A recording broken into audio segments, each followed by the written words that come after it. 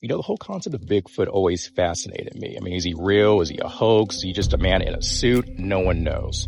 But I never thought I needed a Bigfoot action figure in my collection. But Loosecollector damn sure convinced me that I did need one in my collection. I mean, look at this guy. Wow.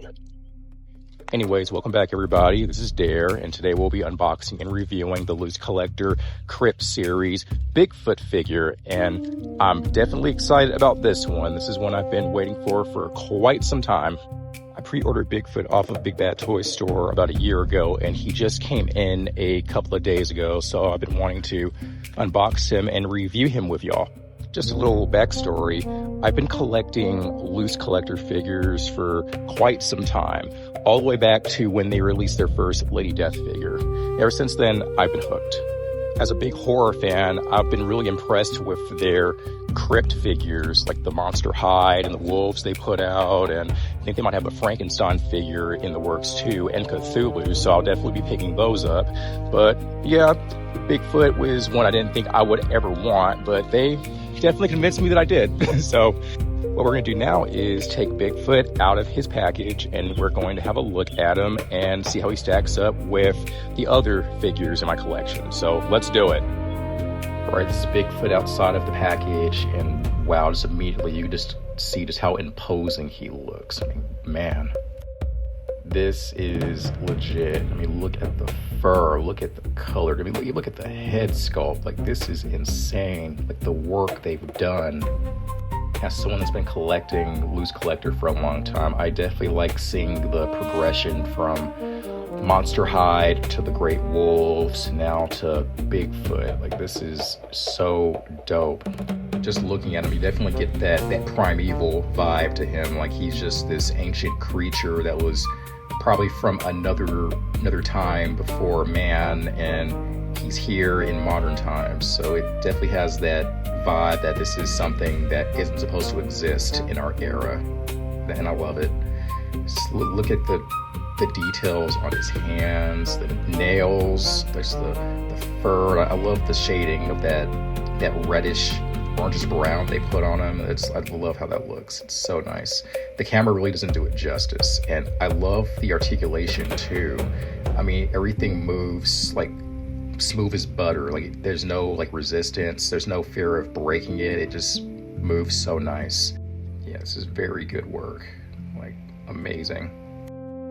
And let's check out the other head sculpts. I'm going to pop this off and put on the other head here. So let's put this on. Yeah, this looks like a beast. I mean, look at the wow. Just check that out.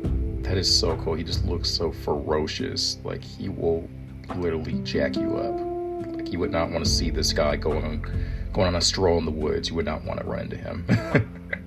Yeah, just the paint around the teeth, the redness, it just looks so good. And just the claws too. Like, yeah, this is a beast of a figure, guys. Like, just holding it in hand, you can even like feel just how much he weighs too. Like, it definitely is a nice chunk of plastic here. So you put this in your collection, it's definitely going to have presence. You can definitely aura farm this one until the cows come home. Like, this is really good. Yeah, compared to the wolves, like, it definitely stacks up very well. I love it. All right, so messing with the articulation, you can look so far this way. You can look his way to the left as well, and you can look up pretty decently. Yep, no resistance here.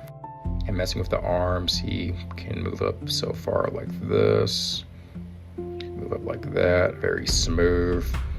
Then he has the double jointed elbows, which is always a joy to see. Very nice. The arms, the hands can move pretty well as well. They can move like this. Down to the legs, and the legs are actually very smooth as well. The double jointed knees, they move very smooth. That's something that they definitely improved on with the figures for Loosecollector. There's like no fear of breaking them, just like with the other figures in the past. And I love the feet joints as well. It's very nice, and you can do the splits with no problem. That's very neat. And you got the midsection can move. That's a little bit tough, but you're not really going to be moving them that way anyway. And the ab crunch is very good as well. You move it like this. Bigfoot comes with a pair of open clawed hands like this, a pair of closed fist hands like this, and he comes with just a pair of open hands like this. Bigfoot stands at a whopping 10 inches. So yeah, this is a big boy, big chunky boy. And for a little size comparison, we have the Montez Lee figure from Loosecollector as well, and he just towers over him. And Montez scales well with Marvel Legends, so you get a good idea how big he is. And another from Loosecollector, we have Red Sonja standing next to Bigfoot, and he just towers over her as well. Alright, we have another monster from the Crypt series. We have Monster Hyde, and he was a pretty imposing figure himself, and he's even shorter than Bigfoot. Next, we have one of the Great Wolves, Great Wolf Morocco from the Crypt series, standing next to Bigfoot. And then we have Sasquatch from Marvel Legends from Alpha Flight, and I've wanted Bigfoot to be his replacement, but I think he's going to tower over all the figures, so I don't know. And of course, we have the Marvel Select Incredible Hulk with a custom head that I painted a while ago. And he scales pretty well with Bigfoot, so if you want to do some cool fight poses, they scale pretty well together. And now we got a McFarlane figure. We got Gorilla Grodd from McFarlane. Just a little custom I worked on a while ago, and yeah, he looks tiny next to him. Okay, so final thoughts on Bigfoot. As a Loosecollector fan, I might be a little biased, but I absolutely love this figure. I love the sculpt, I love his scale, I love how imposing he looks.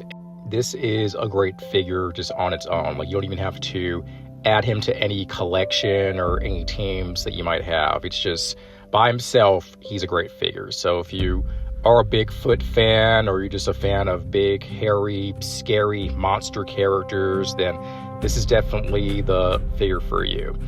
At the time of recording, Big Bad Toy Store should still have him, so if you're trying to get him before he sells out, I would go to that site and get him while he's still available. If you made it this far into the video, thank you for watching. Like and subscribe, and I will see you all later.